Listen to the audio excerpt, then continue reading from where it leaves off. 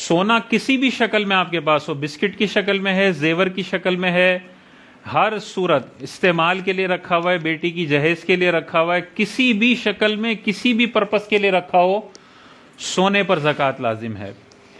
چاندی کسی بھی شیپ میں ہو، زیور کی شیپ میں ہو، بسکٹ کی شیپ میں ہو، تھوڑی بہت اس میں ملاوٹ ہوئی بھی ہو، کسی بھی پرپس کے لیے رکھی ہوئی ہو، چاندی پر زکوٰۃ ہے۔ اس کے علاوہ روپیہ، پیسہ، کرنسی، بانڈ، شیئرز، یہ جتنی بھی کرنسی کی آئٹمز ہیں ان پر زکوٰۃ ہے۔ اور چوتھا ہے مال تجارت۔ مال تجارت کیا ہوتا ہے؟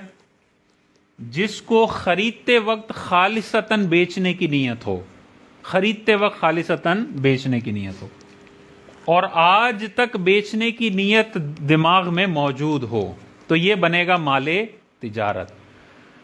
جیسے مثال کے طور پر کسی کا موبائل کا بزنس ہے اور وہ موبائل بیچنے کی نیت سے خریدتا ہے، تو یہ دکان میں جتنے موبائل اس کے پڑے ہوئے ہوں گے ان سب پر زکوٰۃ ہوگی۔ کسی کی دودھ کی دکان ہے، دودھ کا جتنا اسٹاک اس کے پاس پڑا ہوا ہے اس پر زکوٰۃ ہوگی۔ تو جو جس چیز کا کاروبار کرتا ہے وہ بیچنے کی نیت سے مال خریدتا ہے، اور وہ سال کے آخر میں جتنا اسٹاک اس کے پاس پڑا ہوا ہوگا اس پر زکوٰۃ اس کو دینی ہوگی۔ فلیٹس کا کاروبار ہے، فلیٹس خریدتا ہے اور بیچتا ہے، تو جو فلیٹ اس نے بیچنے کی نیت سے خریدا اس پر زکوٰۃ ہوگی۔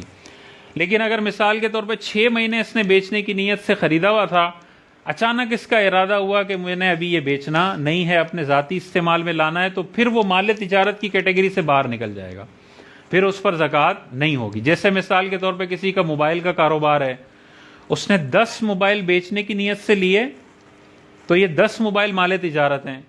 پھر اس کے بعد 2 موبائل کے لیے فیصلہ کیا کہ یہ میں اپنی ذاتی استعمال میں یوز کر لیتا ہوں، تو اب 8 موبائل تو مال تجارت میں رہے، 2 موبائل اس نے اپنے ذاتی استعمال میں رکھ لیے ہیں، اس پر زکوٰۃ نہیں ہے۔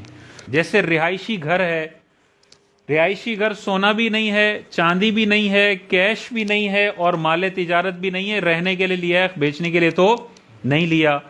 ایکسٹرا گھر ہے، کرائے پہ چڑھانے کے لیے لیا ہے، بیچنے کے لیے نہیں لیا، تو کرائے والا گھر بھی سونا بھی نہیں ہے، چاندی بھی نہیں ہے، روپیہ پیسہ بھی نہیں ہے، اور مال تجارت بھی نہیں ہے۔ استعمال کا موبائل ہے، ان چاروں میں سے وہ کچھ بھی نہیں ہے۔ سواری ہے گاڑی، چاہے 10 گاڑیاں ہوں بندے کے پاس، لیکن کوئی بھی بیچنے کی نیت سے نہیں خریدی، تو گاڑی نہ سونا ہے، نہ چاندی ہے، نہ روپیہ ہے، اور نہ مال تجارت ہے۔ تو 10 گھر بندے کے پاس ہوں، اگر وہ کرائے پہ چڑھانے کے لیے لیے ہیں، ذاتی استعمال کے لیے لیے ہیں، یا فارغ پڑے ہوئے، بیچنے کی ان میں نیت نہیں ہے خریدتے وقت، نہ وہ مال تجارت ہیں اور نہ شروع کے 3 ہیں، نہیں ہوگا۔ ڈائمنڈ جیولری کسی کے پاس پڑی ہوئی ہے، ڈائمنڈ جیولری نہ سونا ہے، نہ چاندی ہے، نہ روپیہ ہے، اور بیچنے کی نیت سے نہیں لیا، استعمال کے لیے لیا، تو مال تجارت بھی نہیں ہے۔ تو کروڑوں روپے کی ڈائمنڈ جیولری ہو، اس پر زکوٰۃ نہیں ہے۔ تو آپ اب تصور کریں، گھر میں جائیں، اے سی دیکھیں، اے سی پر زکوٰۃ ہوگی؟ نہیں ہے۔ گاڑی پر زکوٰۃ ہوگی؟ نہیں ہوگی۔ جھومر پر زکوٰۃ ہوگی؟ نہیں ہوگی۔ پلاٹ لیا ہوا ہے مفت بیچنے کے لیے پھر ہوگا؟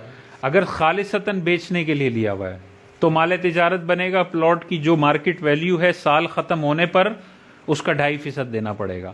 لیکن 2 نیتیں ہیں کہ اچھے پیسے ملے تو بیچ دوں گا ورنہ گھر بنا لوں گا، تو مکس نیت سے بھی زکوٰۃ لازم نہیں ہوتی، ٹھیک ہے نا۔ 2 نیتیں آپ نے رکھی ہوئی ہیں تو پھر وہ مال تجارت نہیں بنتا۔ مال تجارت وہ ہے جو پیور صرف بیچنے کی نیت ہے اور کوئی نیت نہ ہو اس میں۔ اچھا، شروع میں بیچنے کی نیت نہیں تھی، درمیان میں آپ نے بیچنے کی نیت کر لی، تب بھی وہ مال تجارت نہیں بنے گا، ٹھیک ہے نا۔ ایسے تو ہر چیز ہم بیچتے ہیں، گھر کا کباڑ بھی بیچ رہے ہوتے ہیں، گھر کا اے سی پرانا بیچ رہے ہوتے ہیں، پرانی گاڑی بیچ رہے ہوتے ہیں، اس میں وہ تجارت والا کانسیپٹ نہیں ہوتا، ٹھیک ہے نا۔ اس کو مال نامی رکھا اس لیے کہ جو بزنس بندہ کرتا ہے نا جن چیزوں کا، وہ ادھر آئیں گی، ٹھیک ہے۔